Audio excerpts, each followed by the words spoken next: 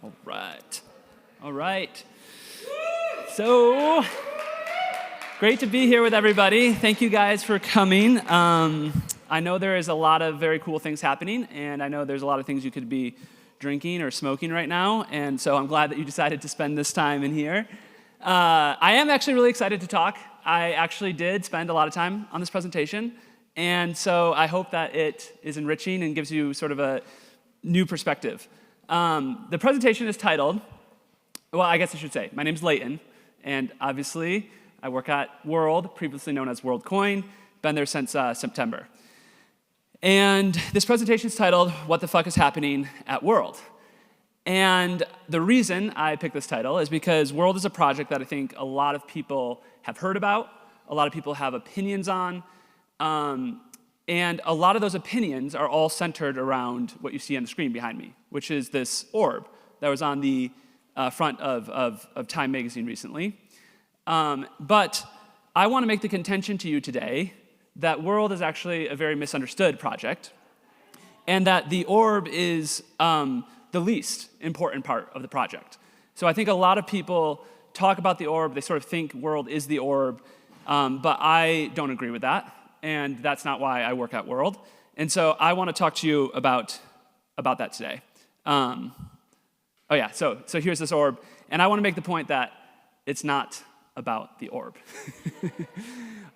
And I imagine there's varying opinions. I'd actually be curious, is anyone here, by raise of hand, is like anyone like a certified World hater? Are they here just to like get me with gotcha questions? All right. One person? All right, that's legit. And is anyone like a certified lover of World already? Okay, I guess this is a friendly audience. But yeah, okay, so this is what I'm going to talk about. I want to talk about what is World. I want to talk about why I joined, from my personal story, why I got into crypto, and then at the end I'll talk about this like special thing about the World platform, which is proof of human. So starting with what is World, I want to talk about the end of World. What are we actually trying to accomplish? And again, because I think people look at the orb, most of the conversation's dominated by the orb. If you look up World on the internet, every single headline is going to start with, Sam Altman wants to scan your eyes. But that is not what this project is about. What this project is about is building a network of real humans, accelerated by self-custodial finance and this concept of proof of human, which we will unpack. I understand what is up here on the slide is also maybe very jargony and doesn't make a ton of sense. So to contextualize it for the FWB audience, I came up with something that we all know and love here, which is on-chain. World is Jesse Pollock, shout out at Base, love him. But World is an on-chain network. So at its heart, I think what I want to first sort of communicate to you guys in the beginning of this presentation, at its heart, World is actually much more familiar than it appears to be. So World is currently the largest on-chain network of real humans, and there's these three main components to it. There's WorldCoin, which is the token you've probably heard of. There's a World app, which is actually just available in the App Store. Anyone can download it right now on iOS or Android. And then there's World Chain, which is the Ethereum L2 Optimism superchain. So it's really familiar technology is the point I'm trying to get across right now. Like, I think people see the orb and they think this whole ecosystem operates in like this different universe, and there's like millions of users, but they don't know where they are or whatever. Like, there's all sorts of crazy things people say and think about this project. But the first thing I want to kind of get across is like this technology stack's actually very familiar. It's actually the exact same as like Base, right? Like Base chain, it's also an Optimism chain, Base wallet. It's also like it's a self-custodial wallet. Like all this stuff is very familiar. But what's unfamiliar and what's unique about World, what is actually really special about World, is the scale. To look at it by the numbers, right now there's 31 million World app users. So that's people who have actually installed the World app. Maybe some of you in this audience, hopefully, a lot of you. Or if you don't have it installed, you should install it, hopefully by the end of this presentation. And then there's 14.4 million who are verified unique humans. I am one of those people. I'm sure many of you are as well. So that's the numbers in terms of the scale, but the rate of growth is also like really astonishing. Like, this is actually the most astonishing thing, I think. So I did pull these stats, they are real. This is from last week. There was 666,744 new World app installs, effectively, new user accounts. And of those, this is a subset, 169,000 571 were verified as unique humans. So both the scale of world and also the growth trajectory of it is totally unprecedented in all of crypto. And I understand these stats can be like just numbers, you say, it's like, oh, the national debt's like 200 trillion. It's like, what does that mean? So I wanted to contextualize this a little bit. Phantom Wallet, a wallet I know and love. I've lost a bunch of money in my Phantom Wallet. I'm sure some of you guys have as well, trading various meme coins. But it's a very popular product. They have 338,000 weekly users making on-chain transactions. The World App Wallet has around 500,000 daily users making on-chain transactions. So again, no shade to Phantom, I love it, but the actual community of people who are doing stuff on-chain in the World App is, well, at least 7 times bigger. I don't know how to do the exact math. This is the World App. If you download it, again, I'm kind of just trying to show it to you to show that it is looks like all your other wallets that you install. And this is a little bit of a deeper dive on the tech stack. So like I mentioned, World is part of the superchain. It's built on the Optimism stack. All World apps are powered by Gnosis safes. All World apps are powered by Gnosis safes. So if you have the World app, you have a self-custodial Gnosis safe. It's available in the App Store. No verification is needed to use it. This is my favorite one. I want to make sure people understand you can use the World app without being verified, and there's actually a lot of things you can do in it. I think that is a very common misconception. It's secured by Ethereum, and it's non-custodial. So I've said a lot of words. Just to summarize, the first part of this presentation, I'm trying to tell you that 1, the orb is just a means to an end. It's really not that important. What is important is this network. And 2, this network is actually built on very familiar technology stack. Now, there is something special about World, which is proof of human. And that is totally novel and unique. But before I talk about proof of human, I need to take a detour to talk about myself. I always think it's funny when people are like, okay, I have 20 minutes to talk about World. It's like, I got to spend at least 5 minutes telling you guys about myself. So why I joined World. And this is also why I got into crypto. So I've been in crypto full-time since 2018, about 7 years now. And I'm going to use this horrible Silicon Valley term, which is first principles. But what brought me into crypto was thinking first principles about the following problem, which is, how do you help people achieve economic mobility?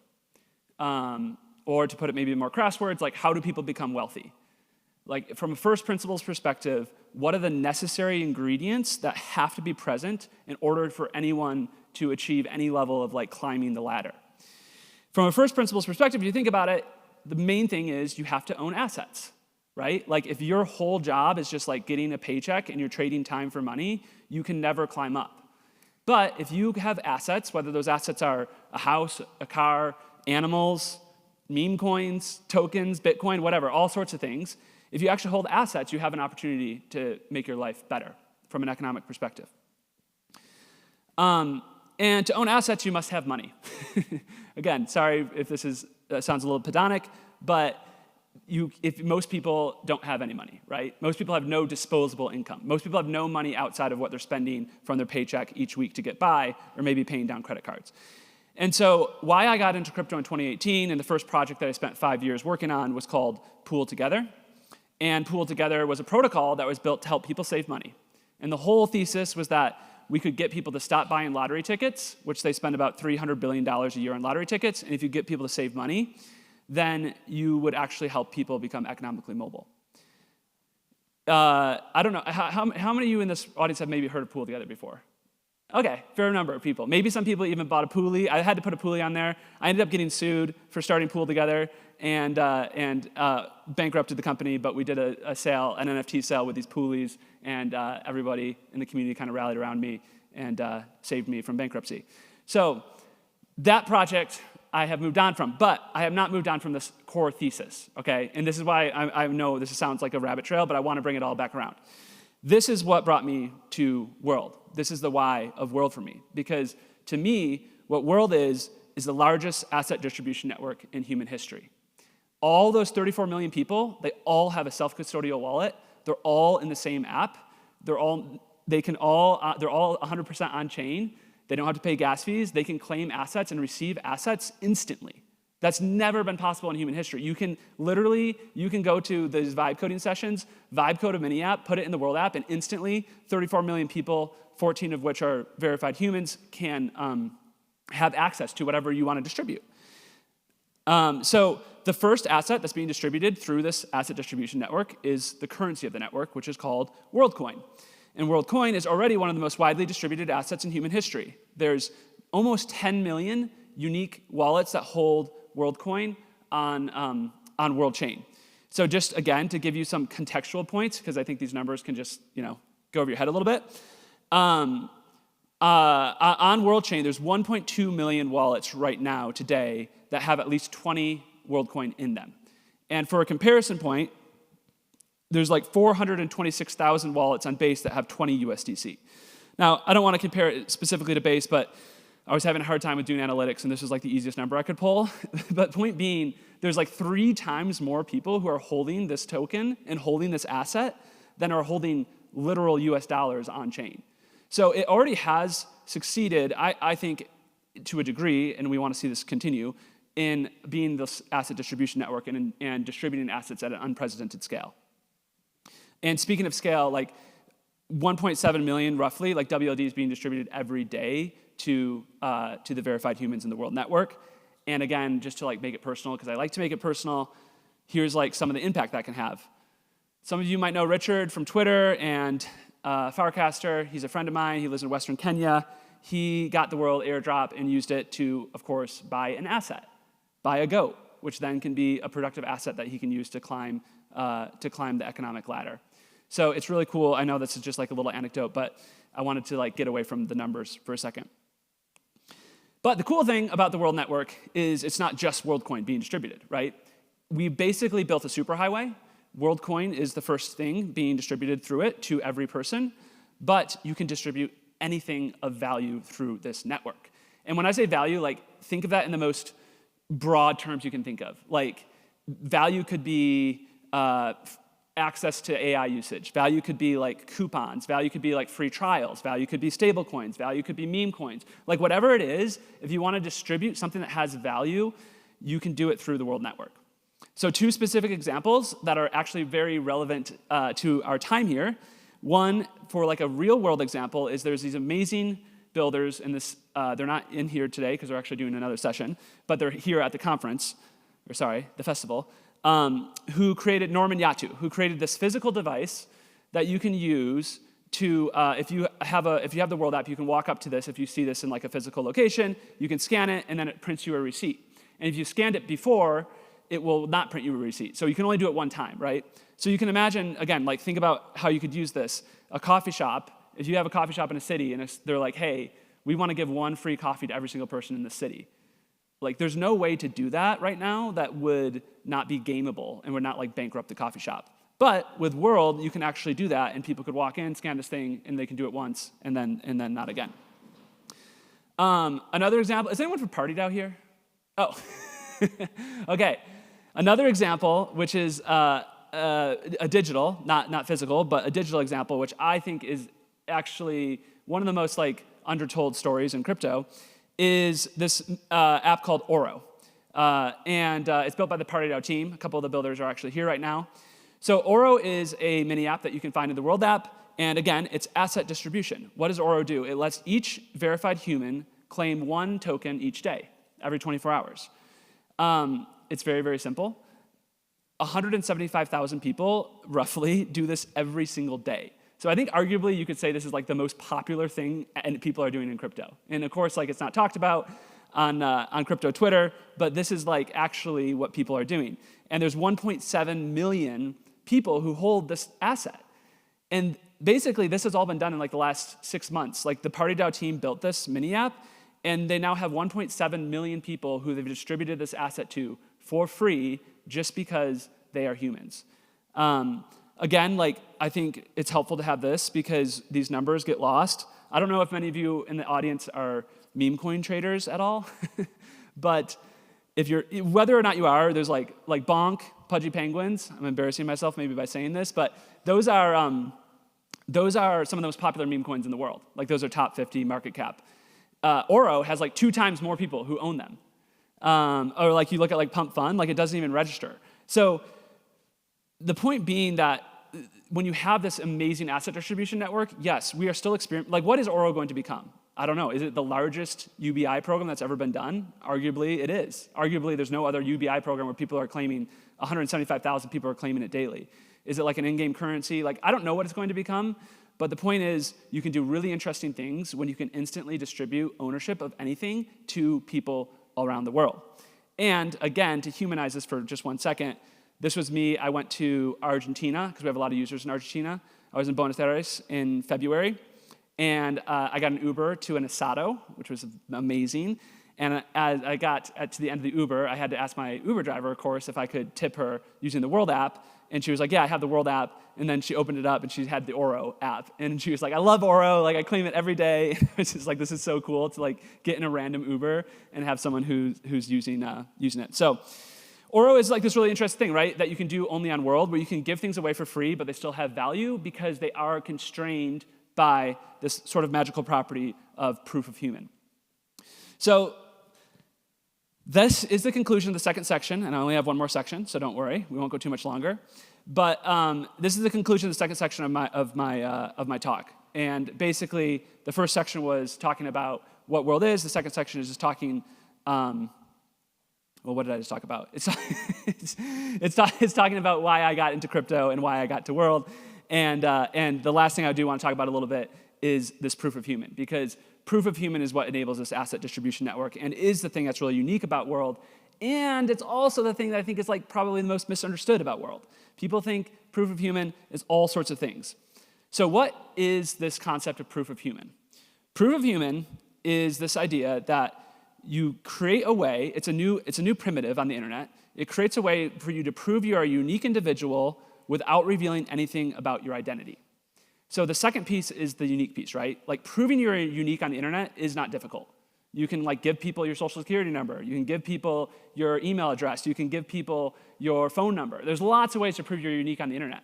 There's no ways to prove you're unique on the internet if you don't want to tell anyone anything about who you are. If you want to be completely private, there is no way to prove you are unique, except for, of course, proof of human. So that's what proof of human is. It's not identity. I think this is like something people get confused on. Identity systems are all about who you are, right? If I have a driver's license, it has my face and it says like my name or my passport. Like those are identity systems. Proof of human's actually the exact opposite. It's about what you are. Are you a human and are you unique? And that's it. It doesn't say it doesn't say your name, it doesn't say where you're from, it doesn't say anything else about you. So that brings us back to the orb. And again, I think the orb is an interesting piece of technology. It's very well built. It has amazing privacy-preserving things, but it's a piece of technology. It's like an iPhone. It's going to be obsolete in 5 years. It's not important. What's important is this network that we're building.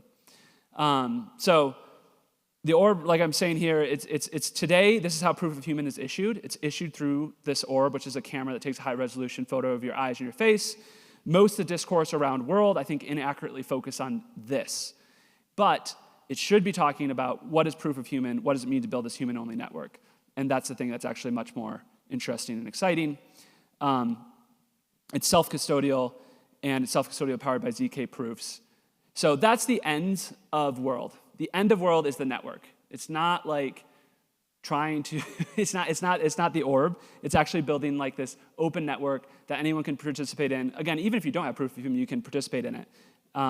That's the end goal. That's why I joined World, because I believe in this concept of UBO, which I call universal basic ownership, which is like everyone should have a right to be an owner. I don't really actually believe in UBI, like income. Like income is sort of like servitude, right? Like if someone's paying you, you are sort of like, you owe them, you need to come back to them, right? But if you become an owner of something, then you're free.